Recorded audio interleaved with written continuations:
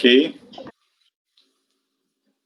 Bom, mais uma vez, bom dia. Estamos retomando a reunião da manhã do dia 3 de janeiro de 2021, da segunda turma, segunda Câmara, segunda sessão de julgamento do CARF.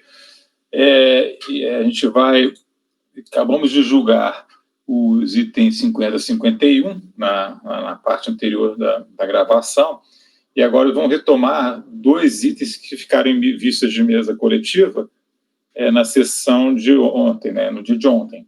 Primeiro é o item 11, que é um processo da relatoria da doutora Sara. Eu passo para ela, pedindo só que já tem na gravação o relatório, o voto dela, e já foi votado pelos conselheiros Mário. O teu encaminhamento, Sara, era negar provimento? Isso, negar provimento. Negar provimento, e o Mário, o Martim já haviam acompanhado, e a doutora Ludmila pediu uma vista. Foi vista para ela de mesa. Então, por favor, Sara, com a palavra, depois pode passar já para a Ludmila. Obrigado, senhor presidente. Então, é uma omissão de rendimentos, do ano calendário de 2004. A contribuinte alega que o rendimento era isento, porque ela teria uma decisão judicial. Na realidade, é aquele rendimento relativo ao período de contribuição à Previdência Complementar entre 89 e 95, que na época de 89 a 95, o contribuinte contribuía para esse fundo de previdência e não poderia descontar no imposto de renda naquela época. Quando ele se aposentasse, esse valor entraria na tributação. A lei foi alterada em 96, a partir de 96 mudou o regime de tributação. Hoje ele pode descontar 12% da base de cálculo, Então, é esse período que o contribuinte tinha contribuído no regime da lei anterior. Ele foi à justiça, alegando que teria uma bitributação, uma vez que naquela época ele não pôde ter a dedução. Então, essa contribuinte ganhou em via judicial o juiz, como ela aposentou em 96, foi apurado o valor relativo à contribuição investida exclusivamente por ela, porque parte foi investida pela FUNCEF, que ela era funcionária da Caixa, e ela já tinha ganhado essa parte em repetição de indébito, em ação de repetição de indébito, e o juiz ordenou que a Caixa deixasse de reter o imposto, a FUNCEF deixasse de reter o imposto. Então, eu estou caminhando no sentido de que só a FUNCEF sabe o montante que foi investido exclusivamente pela contribuinte. Parte desse montante, ou todo esse montante, já teria sido devolvido na ação judicial, e que, como a FUNCEF apresentou uma DIRF, isso já estava em 2004, ela estava aposentada desde 96, como na DIRF a FUNCEF disse que esse rendimento já era tributável, não era uma isenção eterna, era só da parte que ela contribuiu. Então, assim, somente a FUNCEF teria esses dados, e como a FUNCEF, com base na DIRF, está dizendo que já era tributável, que em 2004 já estaria sendo tributável o rendimento, a partir das informações da FUNCEF, eu estou negando provimento ao recurso dela, que não seria mais isento, não teria isenção, ela já teria exaurido a parcela dela. E então, só a conclusão aqui, não há, no caso, isenção, e considerando que somente a FUNCEF detém a informação sobre o montante a ser afastado da tributação, que já houve devolução dos valores bitributados ou de parte deles, que houve determinação judicial para que a FUNCEF deixasse de descontar o imposto de renda dos valores já tributados, entendo que os valores consignados nos comprovantes de rendimento fornecidos pela FUNCEF devem ser considerados como corretos, de forma que o lançamento deve ser mantido, desde que baseado nas informações prestadas pela própria fonte pagadora. Esse foi o meu voto para negar provimento. Ok. Ludmila? A meu questionamento era porque eu estava sem acesso aos autos no momento por causa do meu problema na pasta T, esse processo acabou não baixando, então eu fiquei um pouco na dúvida com relação aos limites, o que havia sido deferido ou não em âmbito judicial, porque tem, uma ordem aí, mas eu me ponho de acordo com a relatora, exatamente isso, ela não tem esse direito que ela diz ter, o que foi deferido em ordem judicial, foi exatamente nos limites que já foi acolhido. Então, eu estou acompanhando a relatora. Acompanha a relatora. Eu também acompanho. Acompanho integralmente a relatora, presidente. Eu também acompanho, então ficou para o item 11, ficou negar provimento ao recurso. Eu vou passar para o item, o item 30, né, da relatoria da doutora Ludmila, só fazendo aqui uma pequena observação, né, com os debates ontem ficou um pouco confusa o posicionamento da turma, até para a exposição para a doutora Sônia. Até tive oportunidade depois de mandar uma mensagem para ela, esclarecendo, na verdade, os acórdons, diversos acórdons que a gente tem da situação, que é referente, no caso específico, ao ITR, que tem, até passei números dos acórdons para ela, de um dos acórdons mais recente, de outubro, que tem bem posicionamento, né, que tem tanto da maioria, né, que vem me acompanhando, quanto dos 3 colegas que são vencidos, né, no caso aí o voto era do Leonan, né, o voto vencido, mas estão bem expostas as razões ali e não tem nada a ver com pagamento antecipado atrair decadência ou não, na verdade o pagamento antecipado atrair decadência, isso é um consenso até jurídico, não é, a gente não poderia estar votando diferente, a questão é de uma declaração, a declaração, ela antecipar a declaração sem pagamento, atrair o prazo decadencial, a antecipação do prazo decadencial. Tem uma construção em cima das decisões do STJ que atrairia, né, e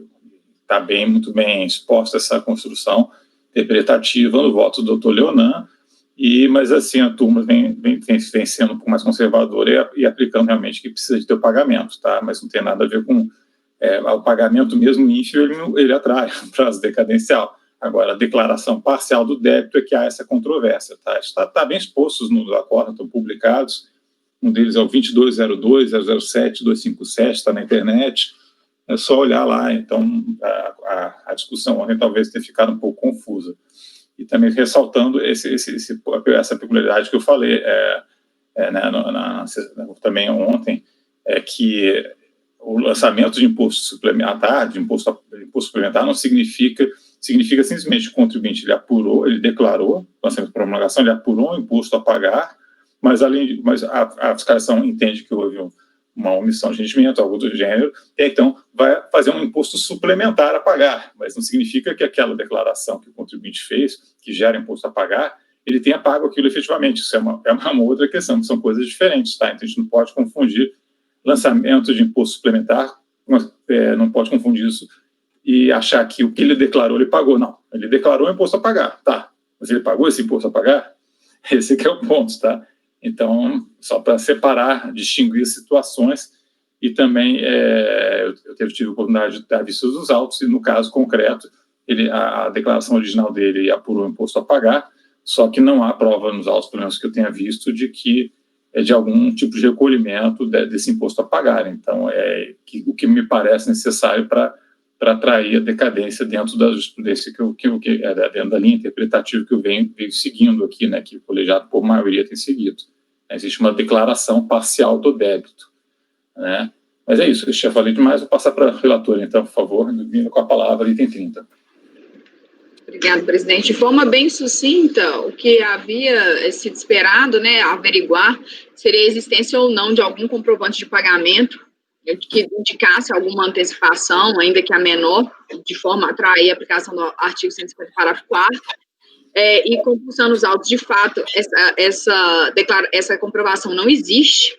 Além disso, da leitura do recurso voluntário, o recorrente, né, que foi uma matéria, como eu havia dito a vocês, foi uma matéria suscitada apenas em grau recursal, em momento algum ele trata desse recolhimento a menor, de algum recolhimento, ele simplesmente pede a aplicação, pede o reconhecimento da decadência, considerando ter ocorrido o fato gerador dia 1º de janeiro de 2003, o que findaria em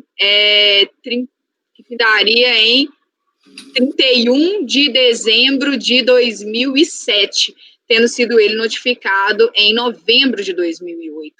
Então, a míngua, né, da existência de qualquer prova, de qualquer recolhimento a menor do valor irrisório declarado, eu estou aplicando o inciso 1º do artigo 173, mantendo as conclusões do meu voto, mas com essas certificações que eu estou narrando aqui brevemente. É isso, presidente. Os demais permanecem incólumes.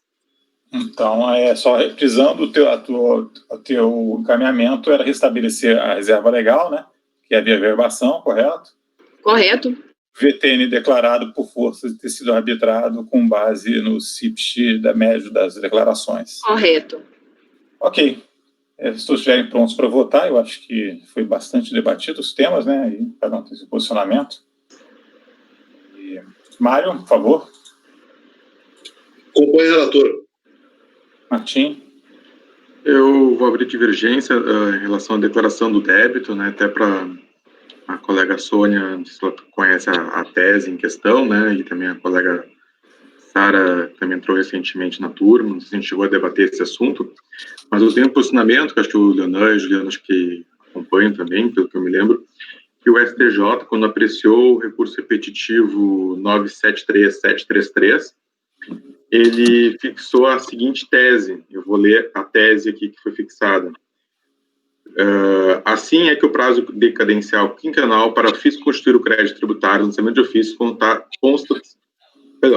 o prazo decadencial quinquenal para o FIS constituir o crédito tributário no lançamento de ofício conta-se no primeiro dia do exercício seguinte àquele em que o lançamento poderia ser efetuado, nos casos em que a lei não prevê o pagamento antecipado da exação ou quando, a despeito de previsão legal, o mesmo não ocorre, sem a constatação de dolo, fraude ou simulação do contribuinte, inexistindo declaração prévia do débito. Daí, tal entendimento se coaduna com o disposto na súmula 555 do STJ, que assim dispõe. Quando não houver declaração do débito, o prazo decadencial quinquenal para o FIS constituir o crédito tributário conte exclusivamente na forma do artigo 1731 do CTN, nos casos em que ele atribui ao sujeito passivo o dever de antecipar o pagamento, sem prévio exame da autoridade administrativa. Então, por tal razão, eu aplico, então, no caso, não 731, mas 150, parágrafo 4º, CTN, e agora só me tira uma dúvida, relatora, se eu dou decadência total ou parcial? Da decadência total. Da decadência, então, não, total... mentira, peraí. Abrangeria todo o período, se fosse... eu acho que é só 2000, exatamente, só um minutinho. Se é só 2003 mesmo. Total, Martim. Total? Então, meu voto seria por dar provimento ao recurso por integralmente abrangido pela decadência. Isso. Ok. Sara? Eu acompanho a relatora. Eu acompanho a relatora também. Eu acompanho a divergência, foi muito bem exposta. Parabéns, Marta. Acompanho a divergência. Eu acompanho a relatora, então ficou dado para passar o provimento para restabelecer a reserva legal e o DTN declarado, e vencidos, passar o provimento, né? E foi a maioria de votos, vencidos Martim, Leonan e Juliano, que deram provimento ao recurso.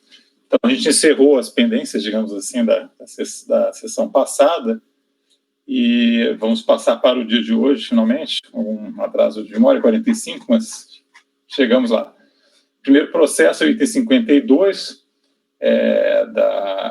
só comunico aí, a Sônia não vai votar, né, porque já foi pronunciado, todo mundo já votou, ficou vistas para mim, tá? Então, o Ricardo Chavegato, que era o suplente, um suplente que tinha sido titular e depois ele começou a atuar como suplente aqui na turma, porque ele foi para a turma extraordinária. Ele já votou, acompanhando a relatora, a gente tem, por enquanto, o voto divergente do... A relatora deu parcial provimento, o Mário votou por negar provimento e os conselheiros, outros, que não votei, acompanharam a relatora, tá? O ponto, na verdade, assim, também não vou respor tudo, já foi na gravação lá da sessão passada, né? No ponto que foi dado provimento pela relatora, parcial provimento, foi um ponto relativo a um imóvel. O que aconteceu com esse imóvel? Eu vi esse processo recentemente, me permite, até recordando o que aconteceu, houve uma compra em abril de 2002, ele comprou um imóvel de uma construtora, esse contribuinte, e uma promessa de compra e venda, está escriturado, né? E depois ele vendeu, cerca de um ano depois, esse imóvel. Na verdade, ele vendeu, não, houve uma rescisão contratual, segundo ele acabou recebendo Ele não queria mais aquele imóvel, queria outro imóvel, e junto com a mesma construtora, ele recebeu uma carta de crédito, tá? Um determinado valor. Então, que esse valor aí é, digamos assim, é pacífico, né? Não está controverso o valor de alienação, por assim dizer, que foi 140 mil, tá? A carta de crédito. 140 mil, acho que foi isso. Dá uma olhada ali, eu não me lembro exatamente o valor. 140 mil, está correto. 140 mil, exatamente, 140 mil. E o que acontece? Qual a controvérsia? Né? Na impugnação, basicamente, ele alega que esse valor aí não chega a questionar muito a questão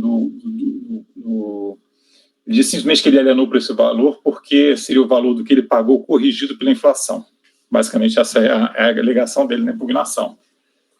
Ocorre que a impugnação não conseguiu provimento, né? Foi negado provimento nesse ponto, e ele recorreu, e no recurso voluntário, ele apresentou 2 documentos, que alegadamente, né, emitidos, né, mas, assim, olhando o documento, ele parece um documento, assim, aceitável, assim, pelo menos, assim, primeira vista, em que a construtora, aí é interessante até olhar os documentos, quem tiver com o processo aberto, eu anotei aqui as páginas, ele tem até anotado no voto da relatora, tem as páginas, né, o Ludmila tem, o processo não chegou a colar na pasta, né, está na pasta do mês anterior, né, eu acho. A pasta do mês, os autos estão na pasta do mês anterior. Estão no mês anterior, né, eu vou abrir aqui que eu tinha, mas enfim, ele colacionou documentos, vou abrindo e vou falando, colacionou documentos em que a empresa diz que recebeu um determinado valor, não o valor, acho que cerca de 130 mil, assim, tinha recebido no tomatório, tinha recebido 130. Então, aí o que acontece? Qual que é a divergência disso aí? A fiscalização, ela entendeu que o custo de aquisição desse imóvel era 52 mil, tá? E aí tem até um ponto interessante que a relatora, ela disse que não tinha entendido, porque de onde tinha chegado os 52 mil, né, tá? Aí eu fui olhar e, na verdade, é um pouco difícil mesmo, porque esses demonstrativos de variação patrimonial são um pouco complicados. Mas o que o fiscal fez? Eu posso assinalar as páginas para a relatora, se ela quiser, eu anotei aqui direitinho. Páginas 780 e 789, o demonstrativo de variação patrimonial. O que o fiscal fez? Na escritura de compra e venda, de promessa de compra e venda, que está nas folhas 618 os autos e seguintes, está acertado entre o comprador, que é o contribuinte, e a construtora, que ele vai pagar em determinadas parcelas. Ele fez uma compra parcelada, tá? Então, ele comprou esse imóvel por um valor aí, sei lá, 100 e poucos mil, acho que 160, ele comprou por 160, só que ele foi pagando parceladamente. Então, o que a fiscalização fez? Ela pegou e colocou todos, ele comprou em abril, aí pagou 5 mil e pouco de sinal, e nos meses seguintes ele ia pagando determinados valores, tá? Isso em várias parcelas. Então, a fiscalização pegou esses valores que estavam na escritura do 24º ofício de notas, e lançou demonstrativo de variação patrimonial como dispêndios. E, além disso, considerou a soma desses valores pagos até a rescisão contratual como valor que o contribuinte tinha pago. O cálculo que a fiscalização fez deu 52 mil. Se somar o demonstrativo de variação patrimonial, que está na página 780, tem 31.769,55 que foram pagos na aquisição desse imóvel Normandie, e depois tem no demonstrativo de variação patrimonial do ano seguinte, de 2003, tem os restantes 20 mil e poucos, somando isso aos 52 mil. Então, que a fiscalização fez isso, ela se pautou, como é que o custo de aquisição para ela, o que o contribuinte pagou foi aquilo que estava convencionado na escritura de compra e venda, tá? Foi isso que ela fez. Só que o contribuinte, em recurso voluntário, disse não. Ele trouxe em recurso voluntário e só suscitou essa tese no recurso voluntário e disse não, o que eu paguei não foi... ele nem disse que eu paguei não foi aquilo, ele simplesmente disse não, eu paguei outros valores conforme a construtora está dizendo aqui. Não sei se todos acompanharam, e aí tem essa divergência, né? Quer dizer, na escritura de compra e venda diz que ele teria de pagar 50 e poucos mil até o período de rescisão contratual, digamos assim, e na verdade, ele diz que pagou até o período de rescisão contratual um valor de cerca de 130 mil. É isso em resumo, eu passo a palavra para ela, mas eu tenho todas as coisas anotadas aqui, para quem quiser abrir os autos, como repito, a escritura de compra e venda, onde tem a consignação das parcelas acordadas que foram utilizadas pelo fiscal para apurar o custo de aquisição, está na página 608 seguintes, a rescisão contratual está na 634 com 635, os demonstrativos, eu já assinalei as folhas, tá? E é isso, eu passo a palavra para a Ludmila, tá? Só tentei situar a Lid, né? Não cheguei a fazer nenhum encaminhamento, mas só tentei, porque tinha ficado essa dúvida, né, de como chegava aquele valor 52 mil, para mim me pareceu bastante claro, né? Eu não sei se o somatório que eles fizeram daquelas parcelas, que são muitas parcelas, se o fiscal fez da maneira correta, mas acredito que sim. Tá? Opa. Então tá, Ludmila, por favor, com a palavra. Obrigada, presidente. Eu acho que o ponto central é justamente esse, os demais aspectos, eles não tinham grandes controvérsias. Pode ser essa uma interpretação, né? Me parece plausível que isso aí seja, de fato, uma apuração dos valores parcelados.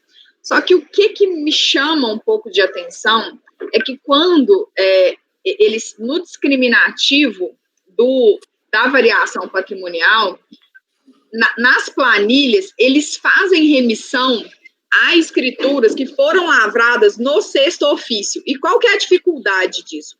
Tem duas escrituras, são 2 apartamentos no mesmo condomínio, um no segundo andar e um no terceiro andar. Então, há aí, às vezes, uma confusão quando eles fazem remissão. Esse apartamento que nós estamos falando era um apartamento de segundo andar, salvo melhor juízo, ele está no 24º ofício. E aí o fisco, na hora que vai falar dessas planilhas, ele usa, né, ele faz uma remissão, bem de natureza 1, que seria, o bem imóvel de natureza 1 seria o primeiro apartamento, que depois teve o termo de rescisão. Ele faz uma remissão da escritura pública lavrada no sexto ofício, sendo que no sexto ofício não seria desse apartamento, seria do outro.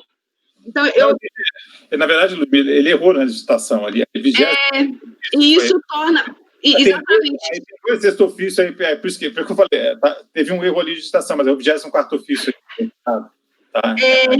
Então, isso também caí. Aí depois eu fui conferir, bater os valores, não, é esse aqui, os valores que estavam na escritura do 24º ofício estavam batendo com o da planilha, mas aí ele escreveu sexto ofício embaixo, em vez de botar 24º ofício. Pois então isso já dificulta ainda mais, né, a gente conseguir precisar da onde que foi tirado, sendo que o documento que foi feita a remissão nem bate com o que é daquele bem. Então, eu acho que seria isso.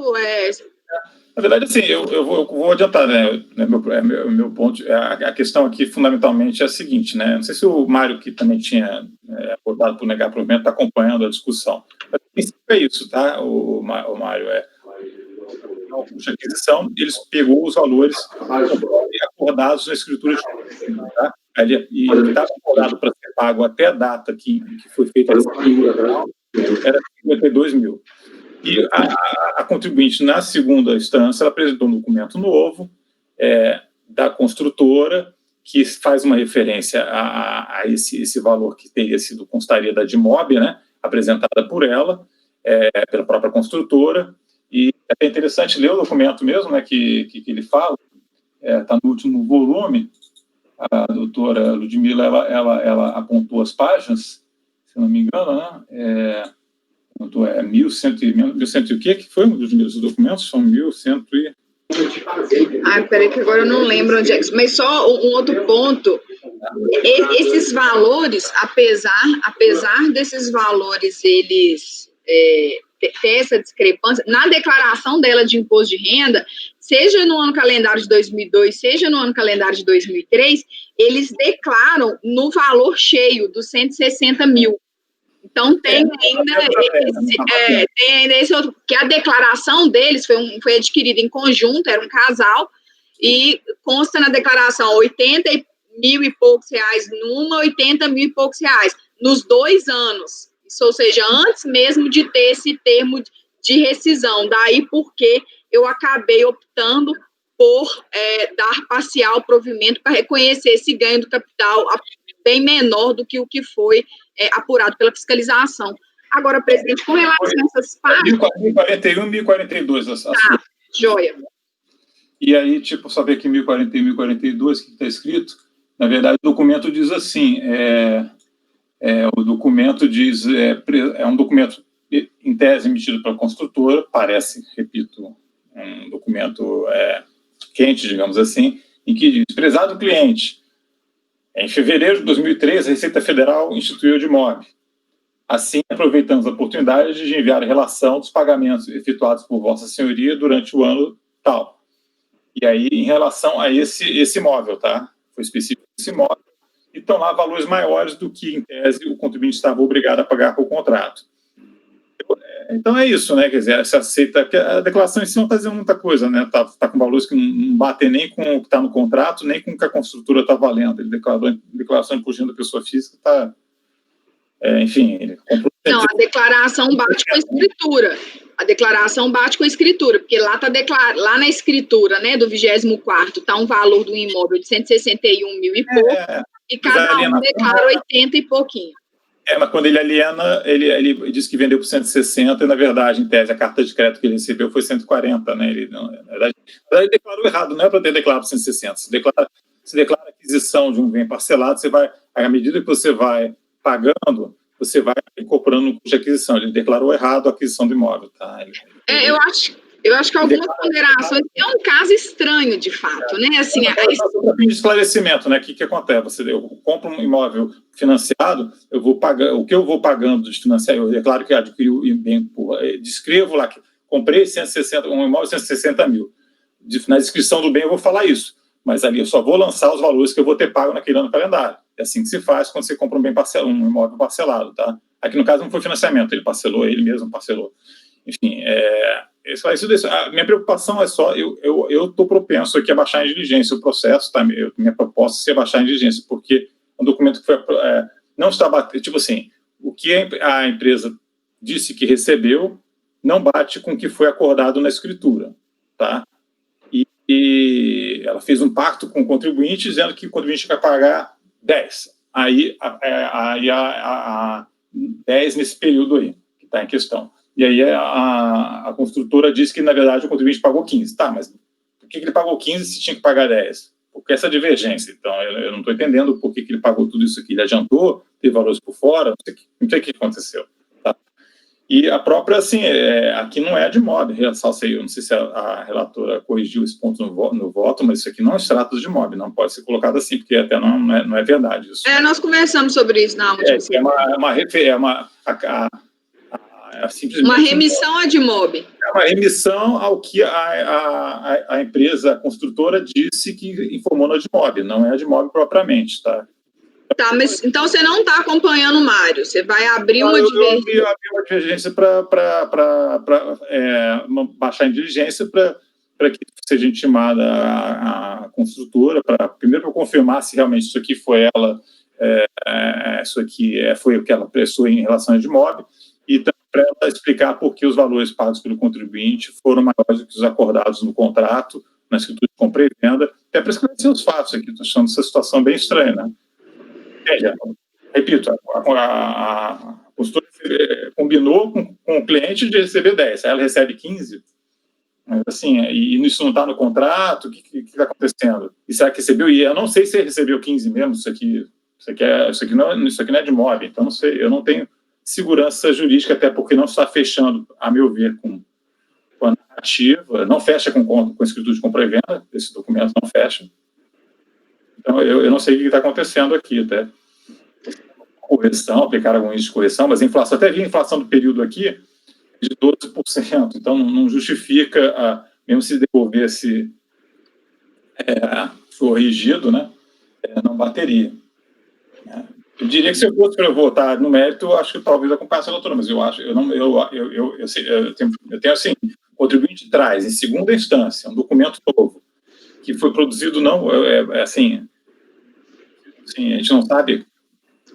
Mas eu não estou dando com base nisso, Rony. Eu não tô acatando com base nisso. Assim, eu até acabei, mesmo apontando, né? Em princípio, de fato, eu até achei que se tratava de uma DIMOB, depois o Mário bem apontou que não era uma DIMOB, aí eu acabei concordando com ele. Mas o motivo pelo qual, né, primeiro, eu acho que a explicação, a dificuldade de se entender de como que eles chegaram nos 52 mil, a gente tem a descrição, né, essa apuração com erros, ainda que sejam de natureza formal, existem esses erros de natureza formal, e, além disso, o valor que ele foi, que eu tomei por base, né, que bate com o valor da escritura, foi o que eles declararam desde 2002 nas suas respectivas declarações. Então, eu não estou assentando a minha decisão nesse documento juntado só em grau recursal. Olha só, você colocou aqui o valor você achou o teu valor aqui de 130 mil baseado nesse documento, que é somatório de 88 mais 41. O teu custo de aquisição que você levou para a ação do teu ganho de capital foi com base nos documentos. Tá. Não, achei que a gente estava discutindo a questão do custo de aquisição do outro imóvel, que é o que eu fiz com base na escritura. Tá. Não, esse aqui, o que está em jogo é esse aqui. Você fez com base nesse documento, sim. Entendeu? Que é um documento que foi apresentado só agora que não está batendo com a escritura. Então, nessas circunstâncias, eu baixaria de diligência por cautela, para a construtora confirmar e explicar o porquê está diferente da escritura, etc, etc. Peraí, deixa eu só reler aqui, porque, na verdade, o que eu fiz de revisar esse processo, ele é, de fato, um tanto quanto estranho, foi focar nos 52 mil. Da onde que eles tinham tirado 52? Deixa eu só reler aqui. 52 foi disso, tá? Que eles tiraram. É só...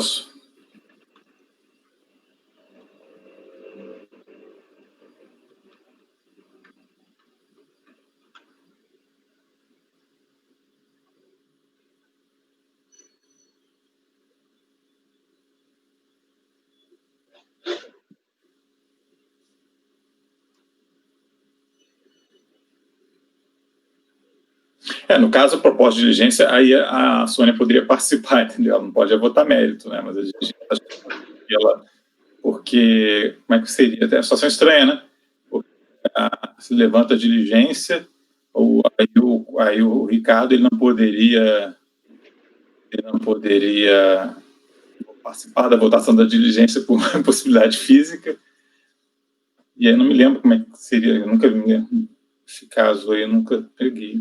Não, eu faria diligência, até para acompanhar aquele entendimento da questão, né? Você não está dando duplo grau aqui, porque eu estou apreciando, de fato, eu estou dando provimento parcial com base num documento que foi juntado só em grau recursal, e que realmente, né, principalmente não se tratando de uma DIMOB, por mais que pareça crível os valores que estão aqui lançados, a gente poderia, sim, não me oporia a baixar isso em diligência, não, porque realmente eu estou só me assentando em documento de 7 recursal que a Sônia nem aceitaria, para começar.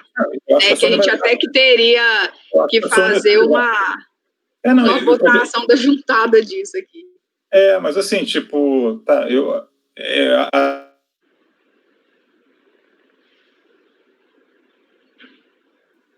Rony caiu ou travou?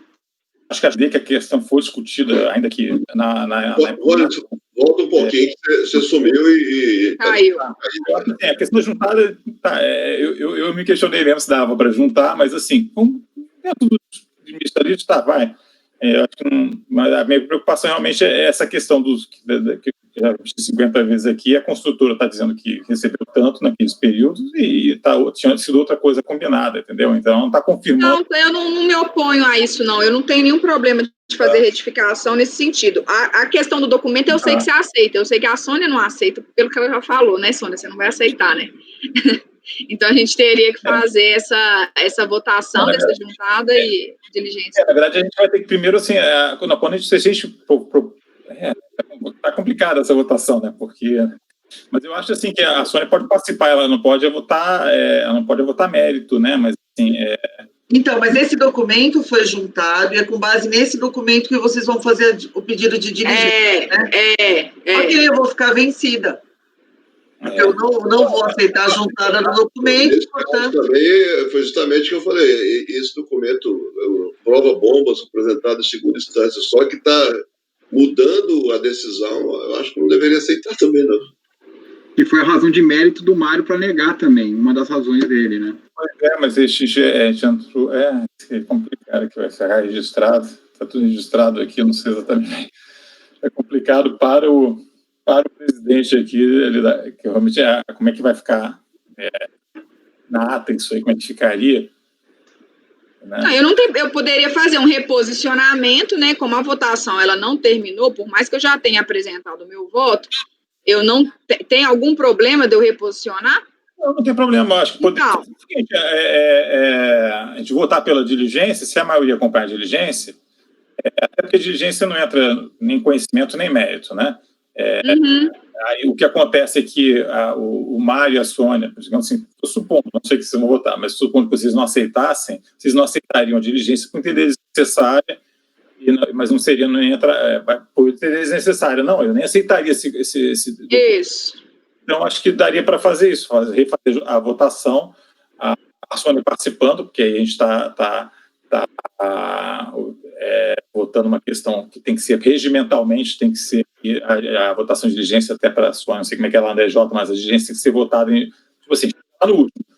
Abriu alguém uma divergência para votar a diligência, entendeu?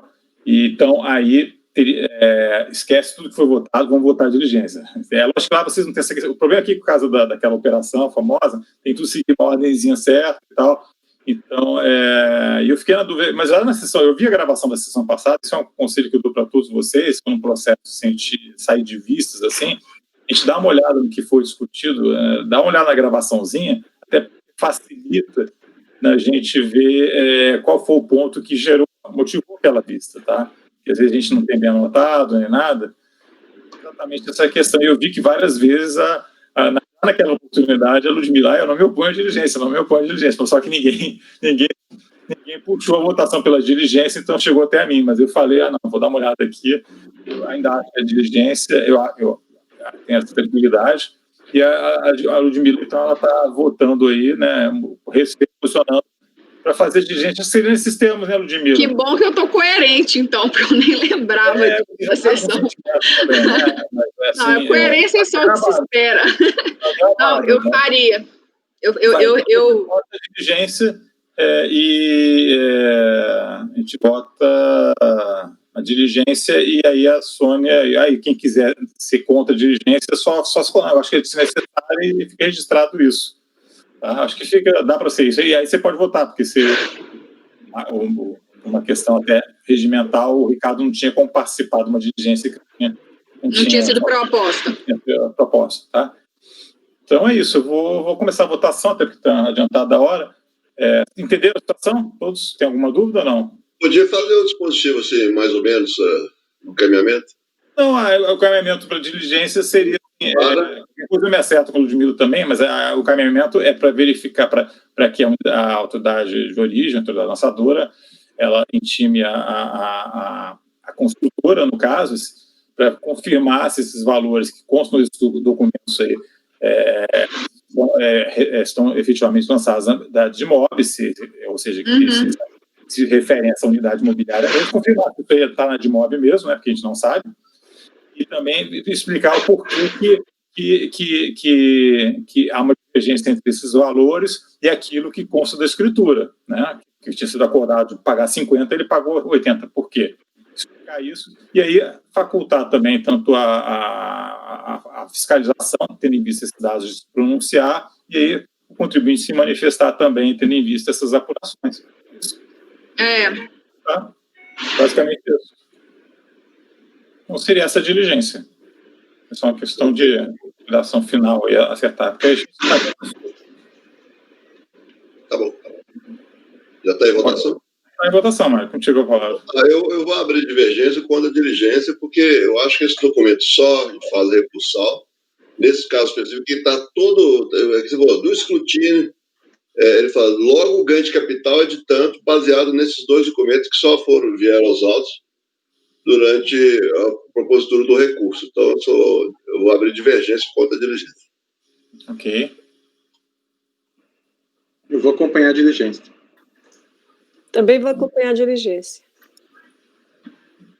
Eu acompanho a divergência. Acompanho o Mário. Eu acompanho a diligência. Eu acompanho a relatora na diligência, presidente. Também vou acompanhar. Então, diligência e divergência fica muito próximo, tem que ficar bem claro na gravação aqui o Leonardo teve segurado. Então ficou isso, ficou por maioria de votos. Vai ser baixado o processo de resolução para apuração desse documento aí, e das informações, e para poder chegar efetivamente ao custo de aquisição de uma maneira segura.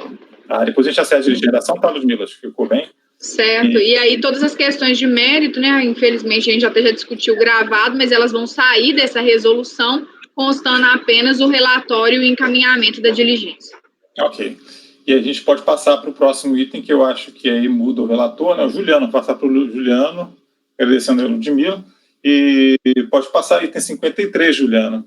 Obrigado, boa tarde. Bom dia, né? Desculpa. Bom dia a todos. Graças a Deus ainda é bom dia, né? Bom dia, desculpa aí. O item 53 da Nilza Pavanelli, ele tem relação direta com o item 55, tá?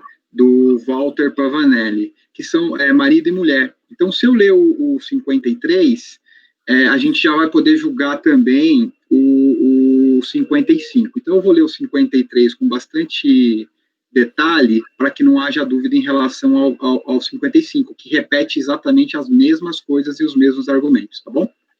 Então, aqui eu estou lendo o item 53, da Nilza Helena Scaldo Pavanelli, processo 10.825, 72, 1686, 2011, 97, e passo aqui a ler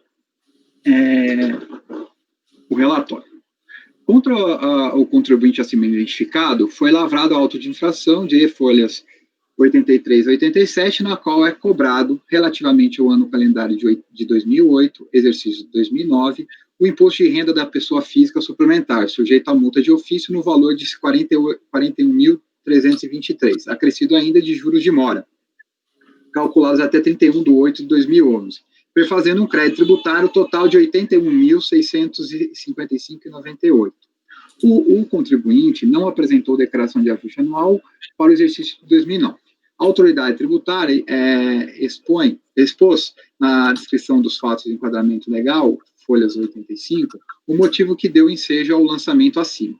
Omissão de rendimento no valor de 160 mil, tendo em vista a variação patrimonial a descoberto, onde verificou-se excesso de aplicações sobre origens, não respaldado por rendimentos declarados comprovados conforme demonstrado no termo de verificação fiscal, que faz parte integral do auto de infração. No termo de verificação fiscal, folhas 88 a 92, a autoridade lançadora relata os fatos que redundaram na lavratura do auto de infração, segue testes pertinentes ao citado relatório. Em 29/12/2010, o sujeito passivo foi certificado por via postal do termo inicial de procedimento fiscal, por meio do qual foi intimado a apresentar no prazo de 20 dias o fluxo financeiro mensal, inclusive o do cônjuge, acompanhado da documentação comprobatória. Em atendimento à intimação, a contribuinte informou que não apresentou a declaração de ajuste anual correspondente ao ano calendário 2008, exercício 2009, uma vez que se encontra isenta de apresentação, visto que os seus rendimentos somam apenas 14.150. Também não apresentou fluxo financeiro mensal, justificando-se que o valor de seus rendimentos foi lançado na coluna Informações do Cônjuge, na declaração do seu esposo, cabeça do casal, Walter de Oliveira Pavanelli, assim como a declaração de bens e direitos relativos à situação em 31 de dezembro de 2008. Tendo em vista a declaração da contribuinte, deu-se início à diligência no contribuinte, o senhor Walter de Oliveira Pavanelli, cônjuge é intimado no prazo de 20 dias a apresentar esclarecimentos de informações com respeito à aquisição do prédio residencial, situado na Avenida dos IPs 365, Parque Residencial Primavera, Jaú, São Paulo, conforme escritura de venda e compra de 14/11/2008, a comprovar com a documentação hábil e idônea a data e a forma em que os recursos para a aquisição do imóvel lhe foram concedidos e repassados. O contribuinte tomou ciência do termo de intimação fiscal em 3 de 2011 por via postal.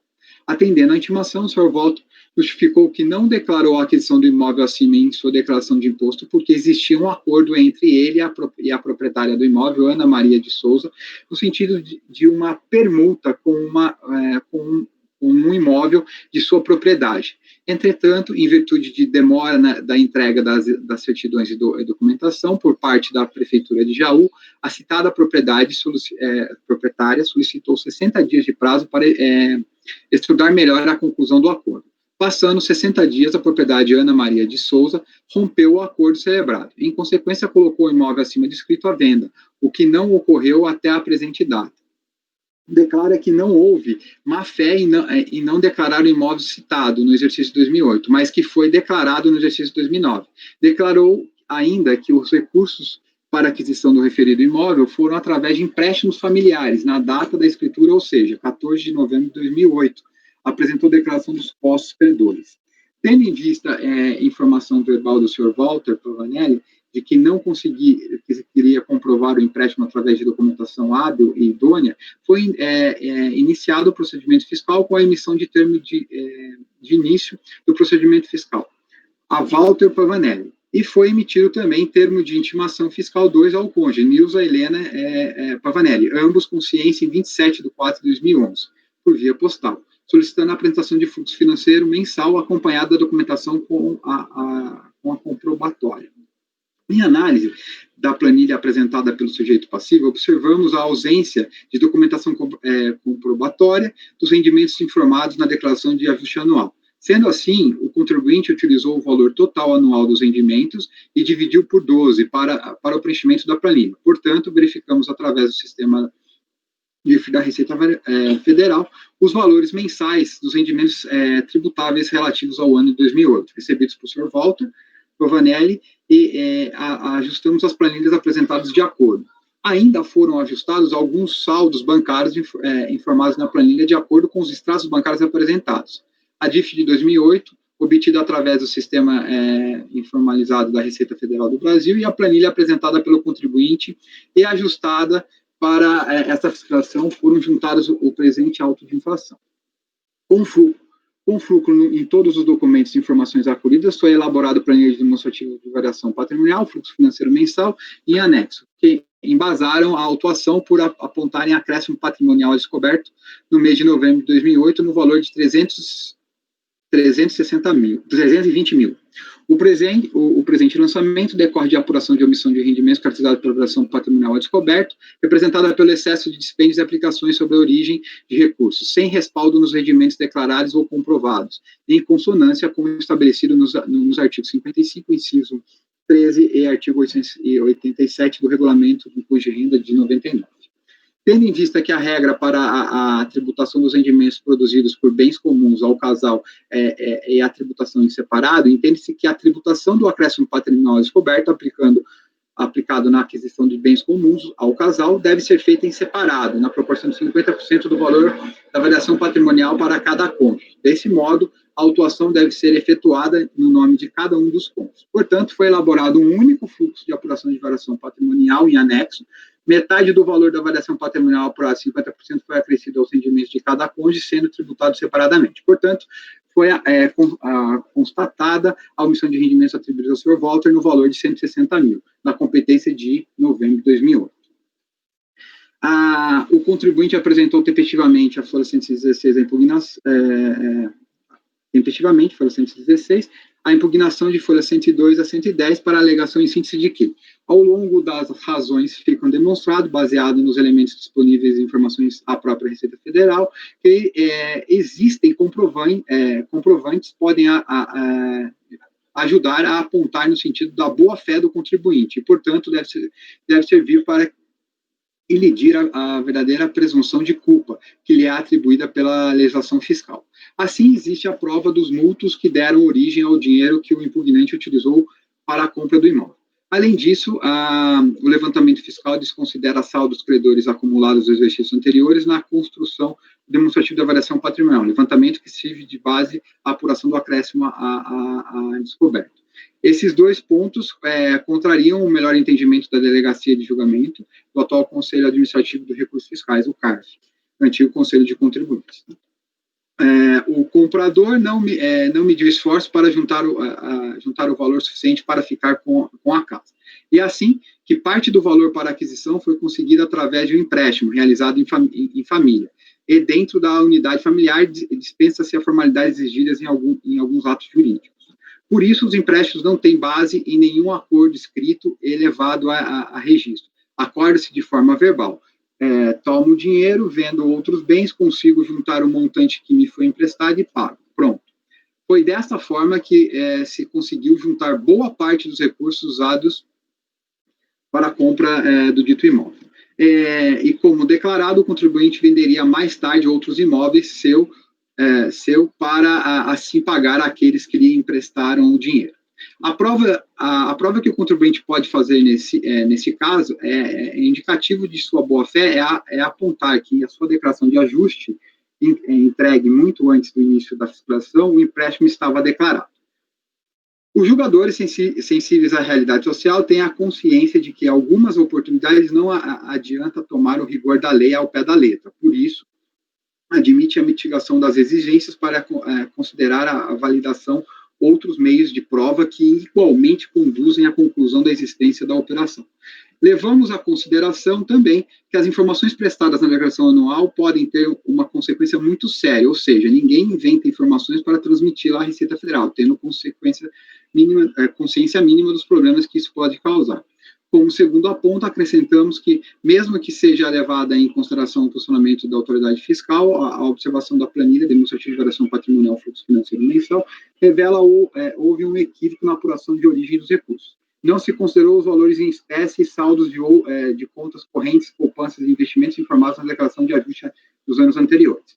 Ante o exposto, é demonstrado através de elementos de provas que constam dos próprios autos de infração, o contribuinte impugnante vem respeitosamente requerer que seja revisto e anulado o lançamento por ter se comprovado minimamente suficiente de que parte dos valores utilizados para a compra do imóvel é originário de multos entre familiares devidamente informados na declaração de ajuste anual do contribuinte impugnante e que serve para a comprovação da origem segundo a jurisprudência da DRJ e do CARF, citadas no razoável. E subsidiariamente, em caso de não aceite o argumento do item anterior, que seja revisto o lançamento para considerar valores em espécie em saldos de contas correntes, poupança e investimentos informados na declaração de ajuste do ano anterior, que devem servir de base para a constituição do patrimônio do ano seguinte. Reproduz diversas decisões administrativas. A DRJ, né, do acórdão da DRJ, aqui eu tenho que mudar, porque não é São Paulo, é REC, tá? No cabeçalho.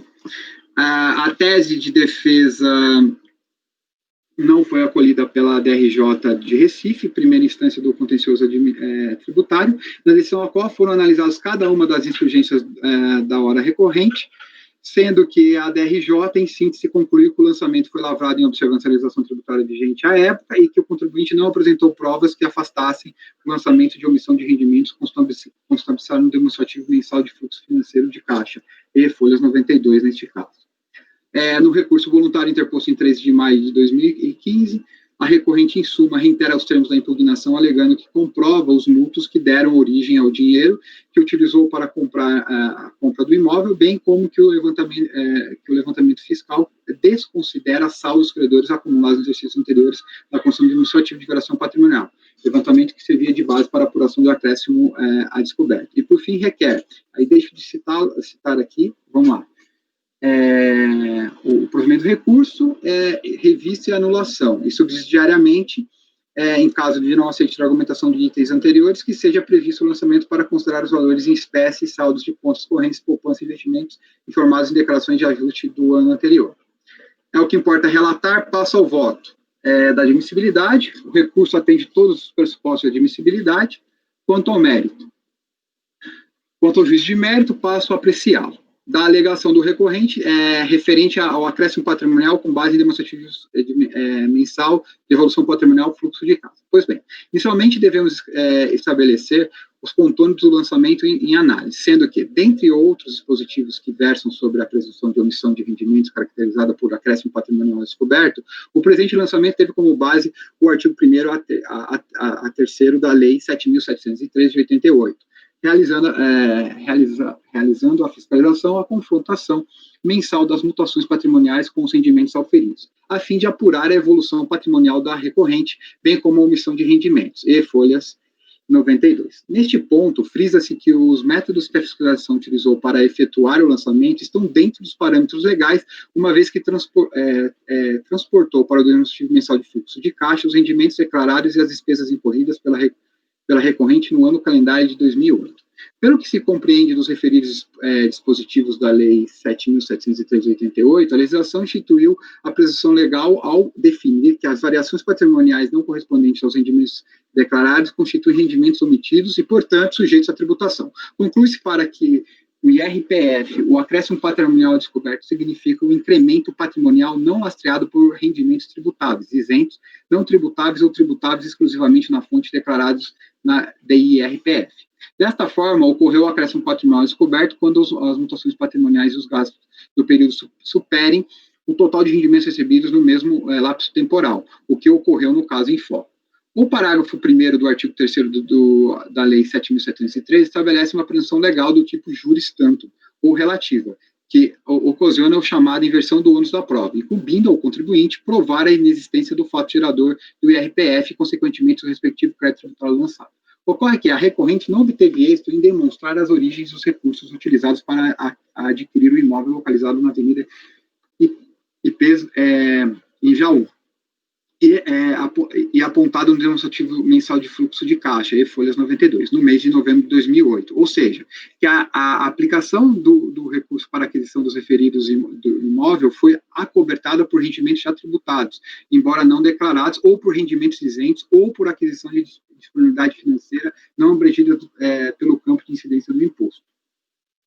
Então passaremos a discorrer nossos entendimentos sobre os dois pilares utilizados pela recorrente em sua peça recursal, que em si são os seguintes. Alega que os valores utilizados para a aquisição dos imóveis são oriundos de operações de mútuos com seus familiares, operações essas que não necessitam de formalidades legais, considerando ser realizadas com familiares, havendo precedentes no CARF nesse sentido, sendo suficiente a declaração da operação em sua declaração de imposto de renda. Aduz que o levantamento fiscal desconsiderou saldos credores acumulados nos exercícios anteriores na construção do demonstrativo de variação patrimonial, levantamento que serviu de base à apuração do acréscimo à descoberta.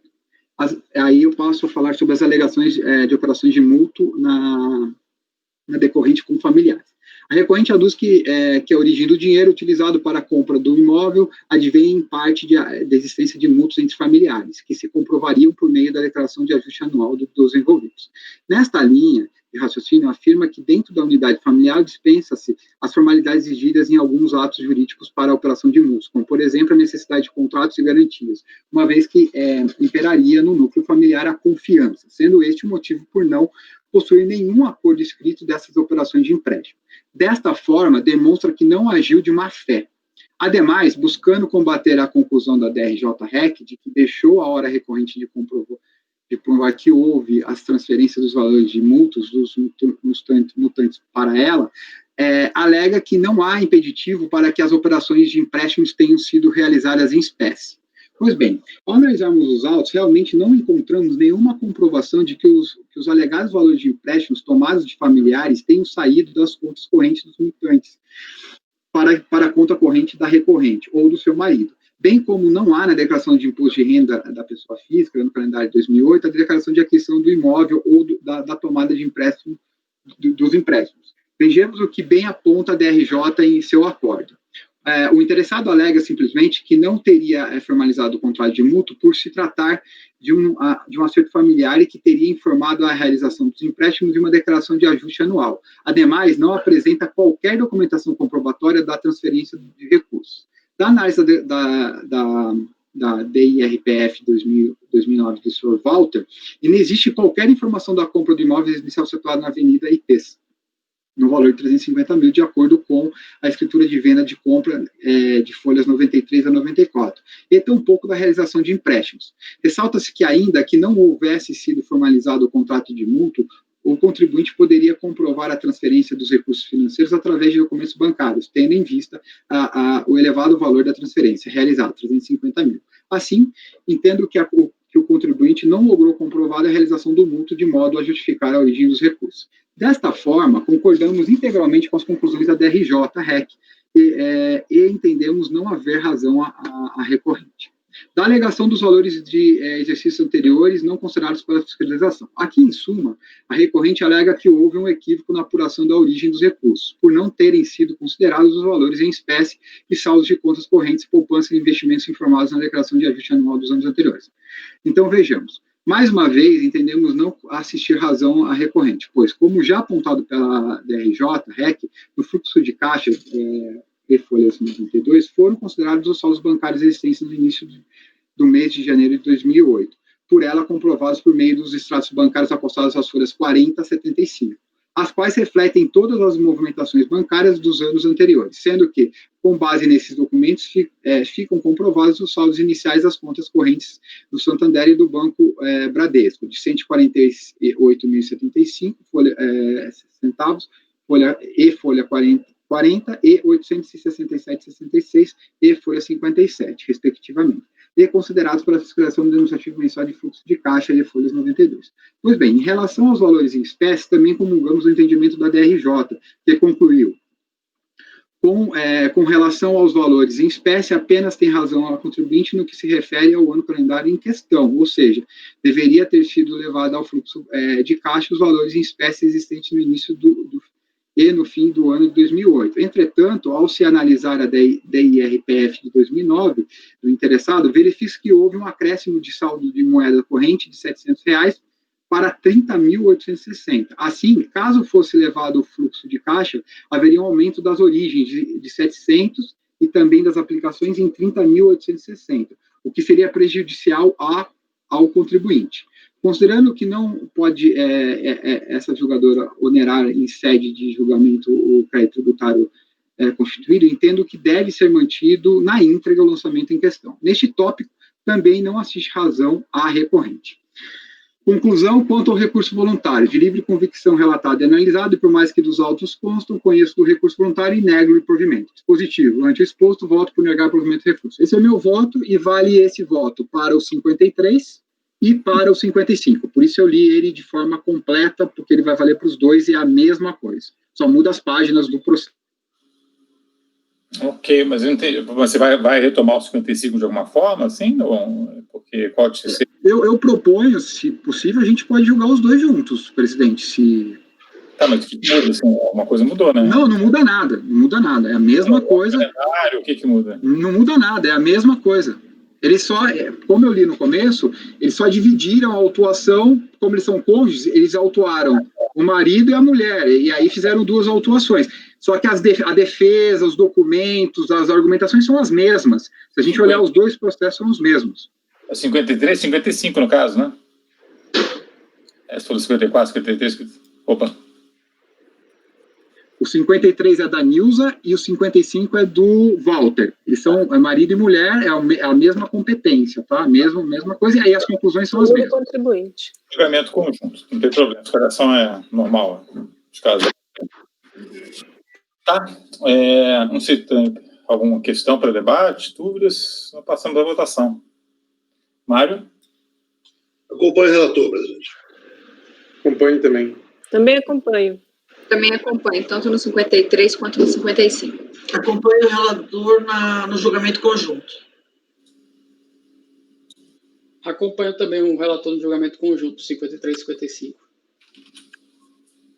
Eu também acompanho em ambos os itens, né, mesmo resultado. Fica a unidade de votos, item 53, provimento do recurso, Retorna a palavra para o Juliano, ficou o item 54 aí no meio, né? Exatamente. O 54 é de Gilberto Marques, tá? A gente aqui está falando de RRA, tá? Eu posso ir diretamente ao voto, se vocês me permitirem. Caso seja necessário, eu volto aqui ao relatório, porque eu acho que lá eu já deixo consignado coisas que já estão lá no relatório, tá? Ok. Só deixa eu ver uma coisa aqui. Esse aqui é de São Paulo, eu não sei se a Sônia... Acho que não, Sônia, eu não tive... Deixa eu só dar uma olhadinha, presidente.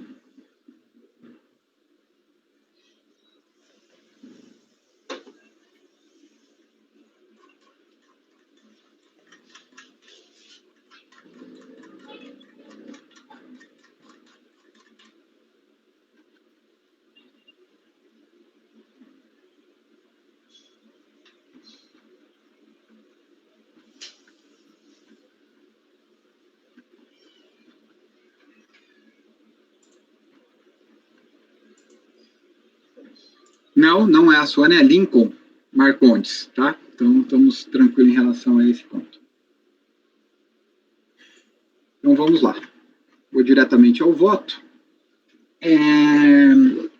Ao voto da admissibilidade. O recurso voluntário atende todos os pressupostos de admissibilidade dos rendimentos recebidos acumuladamente. Então, vejamos. A fiscalização por meio da descrição de fatos, dos fatos e enquadramento legal, e folhas 9 a 20, e 27, indica que, da análise das informações e documentos apresentados pelo contribuinte e ou das informações constantes dos sistemas da Secretaria da Receita Federal do Brasil, constatou omissão de rendimentos tributários recebidos acumuladamente em virtude de ação judicial federal no valor de 169.711, auferidos pelo titular ou dependente. Na apuração do imposto devido, foi compensado o imposto retido na fonte sobre os rendimentos obtidos no valor de 7.273,33. O contribuinte foi intimado a apresentar comprovantes conforme enfim, número tal, da análise da documentação apresentada em 17 de 6 de 2011 e 1 de 9 de 2011,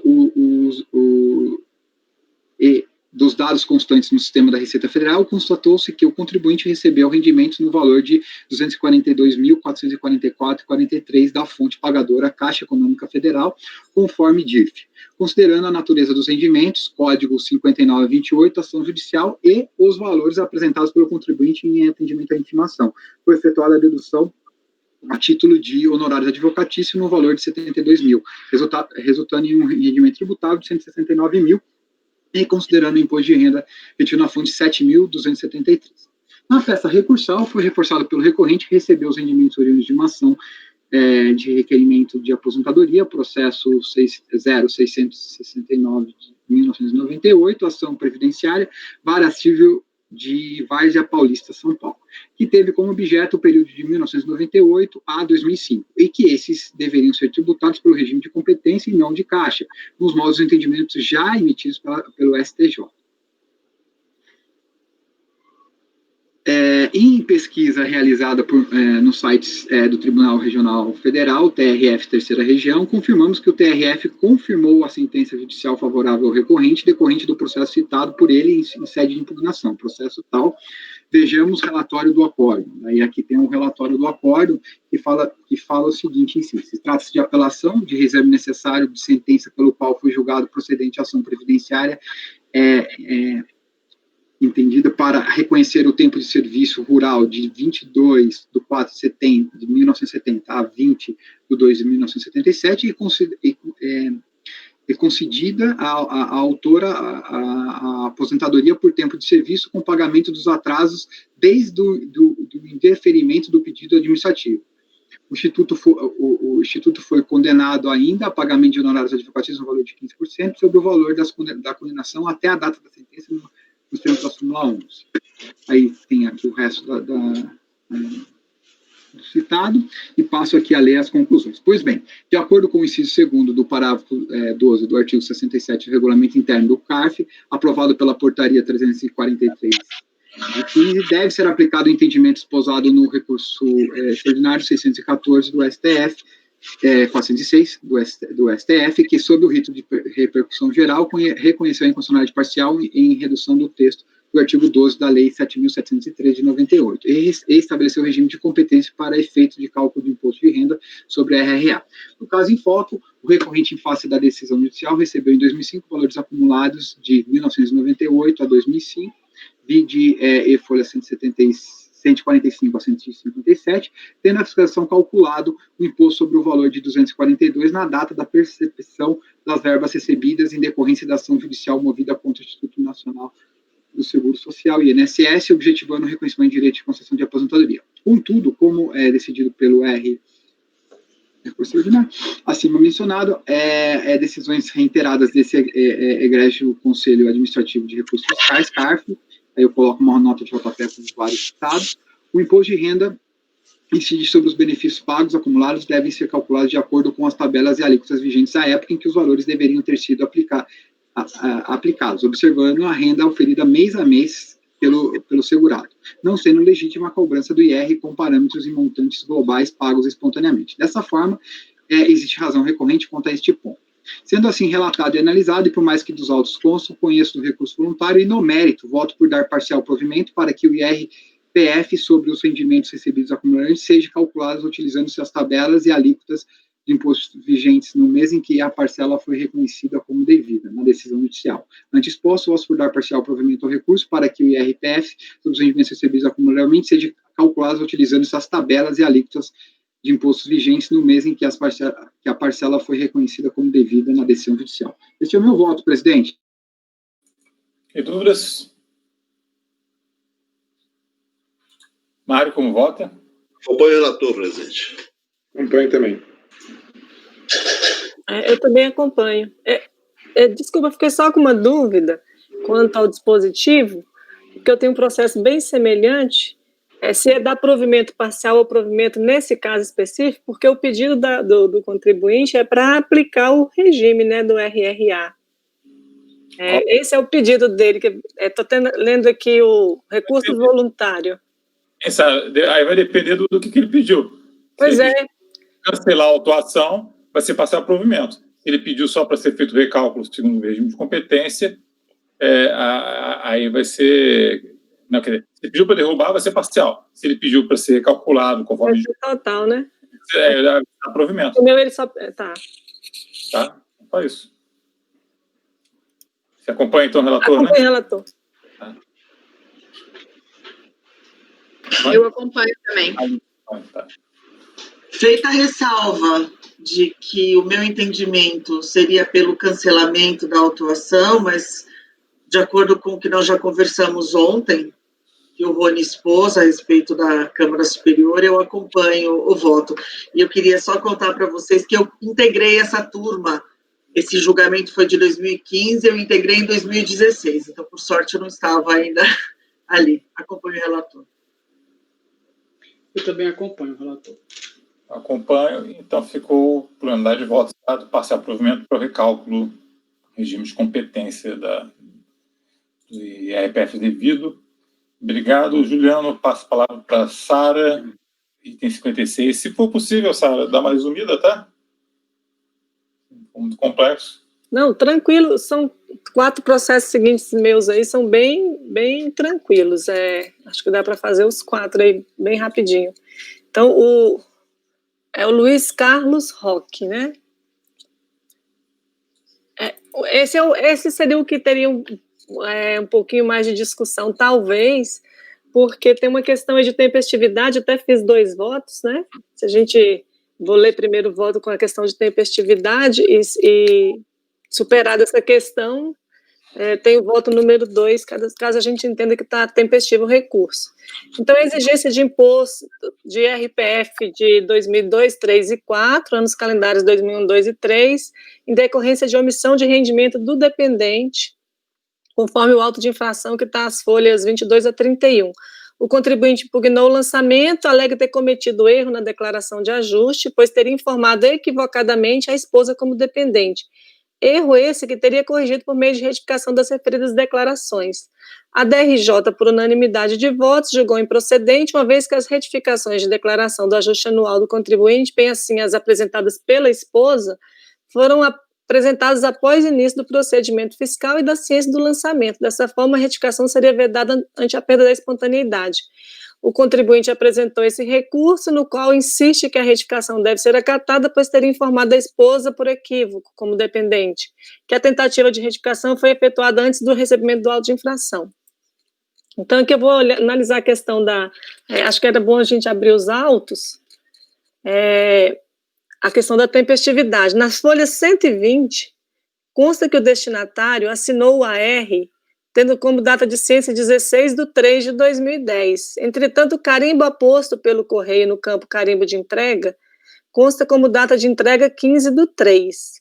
Esse carimbo, que eu sei na prática, ele é aposto pelo correio quando entrega, né? A data 16/3 está rasurada e a DRF informa no mesmo documento, anexei o AR datado de 15/3. As folhas 126 consta o extrato do processo, extraído dos sistemas da Receita, no qual a data de ciência do resultado é 15/3. Esse extrato é alimentado com informações prestadas pelos Correios. Ainda não parece razoável acreditar que o agente do Correio pudesse ter entregue o envelope carimbado mesmo, que acontece no ato do recebimento, e ainda lançada a data de entrega em seus sistemas no dia anterior ao da efetiva entrega. Ele não pode ter carimbado com a data anterior e ter entregado no dia posterior, né? E dessa forma, entendo que o recurso é intempestivo. Aí passo a analisar que não poderá ser conhecido nos termos do PARF, né? Que é 30 dias para recorrer, que os prazos são contínuos. Então, considerando que ele teria sido cientificado em 15/3, segunda-feira, conforme comprova o carimbo dos Correios, de forma que a contagem do prazo inicia no dia 16 do 3, aqui está o 4, tem um erro aqui, mas eu já conserto. O prazo se encerrou em 14/4 e a peça recursal foi oferecida em 15/4 e, portanto, intempestivo. Mas paira essa dúvida aí o carimbo está no dia 15 e a assinatura está no dia 16, mas pode ver que ela está rasurada e as demais informações estão subindo no dia 15. Então, eu estaria não conhecendo do recurso por intempestividade.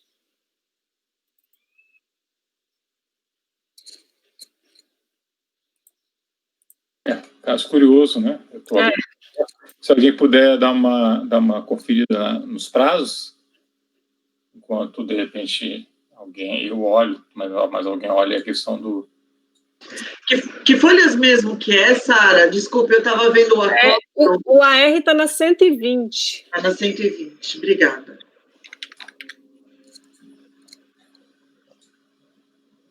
Nesse AR, o carimbo do Correio é 15 de março. A data de recebimento está escrito dia 16, mas pode ver que não está, que tem uma rasurazinha, né? Tem uma informação levezinha atrás. E embaixo tem anexei o AR datado em 15/3. Isso aí foi prestado pela unidade, né, essa informação. Então, o Correio, esse carimbo do Correio é sempre aposto assim que ele entrega e carimba, né? Sim. Não teria como ele entregar dia 15, carimbar com dia 15 e a entrega ter sido dia 16. Passei na sua casa hoje, dia 15, carimbei, mas só fui mesmo... Aliás, eu carimbei aqui interno e só fui na sua casa dia 16, né? Não, tá estranho mesmo, tá estranho e tem o despacho da unidade, né?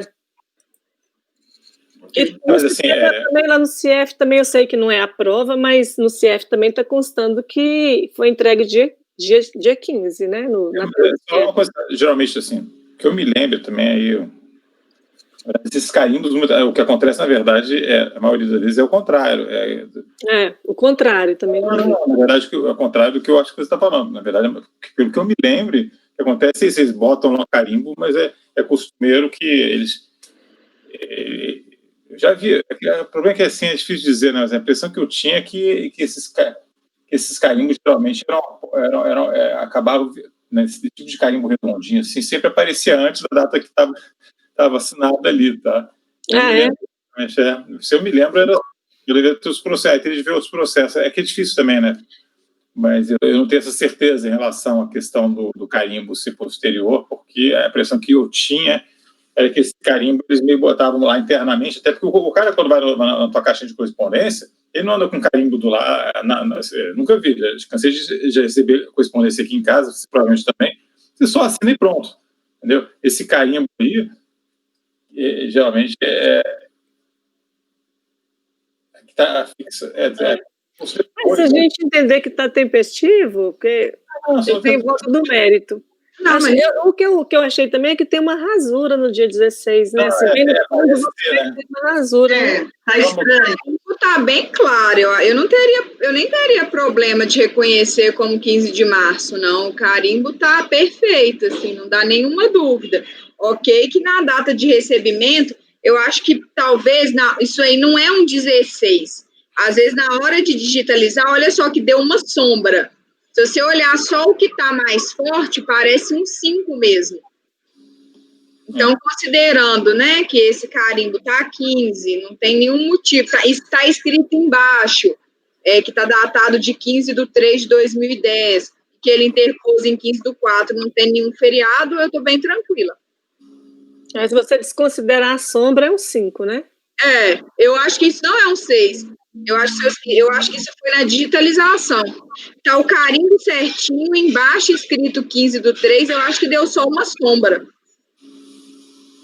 Pode ser. Mário, pode falar? Pode falar e começar a votação. Eu também estou pronto para votar.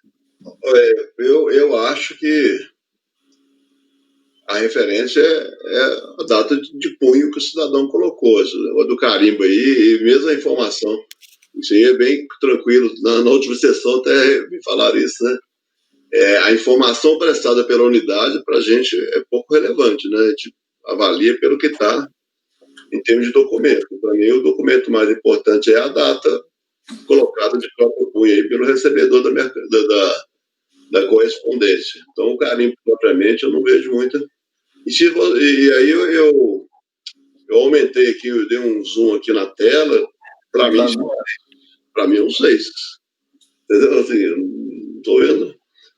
Apesar de falar da sombra, da rasura, para mim é um 6. Essa curva do 6 aí.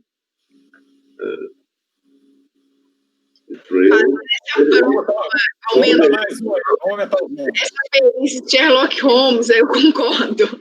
Aumentando, realmente, não parece sombra, não. Aumentar aqui é o contrário, né? Você vai ver mais caracteres, né? Se vocês verem dentro da bolinha do 6, tem uma outra coisa ali. Não sei se são... Eu acho que tem rasura aí. Eu acho que tem rasura. Mas a dúvida... Mas considerado, aí realmente tem que falar. A pressão do 0,3 e o 1 e o 6 é igual. Tem uma sombra, sim. Mas a pressão do 1, do 6, do 0, do 3, do 1, do 0 é igualzinha na caneta.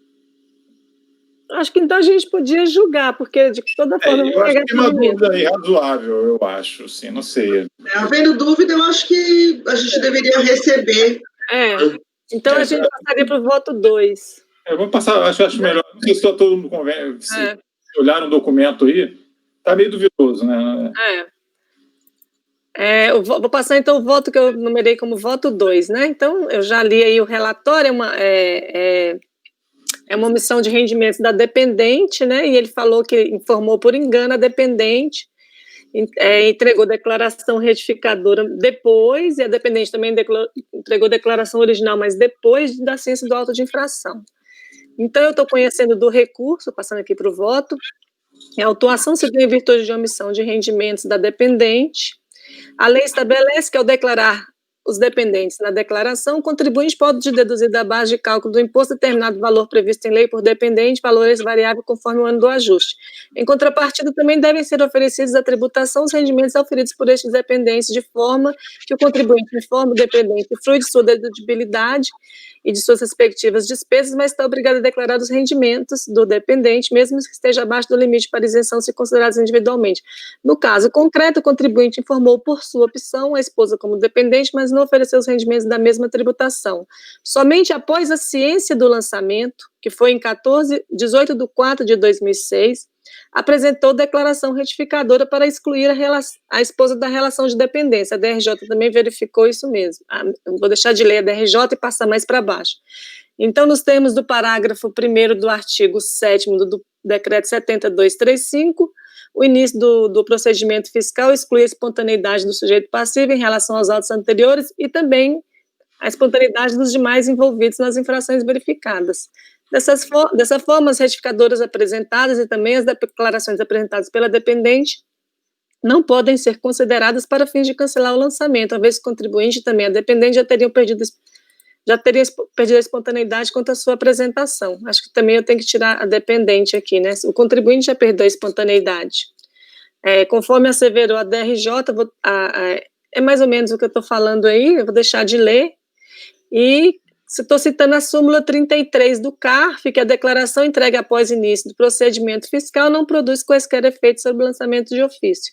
Correta a inclusão dos valores omitidos e estou negando o provimento ao recurso, e é como eu voto, senhor presidente.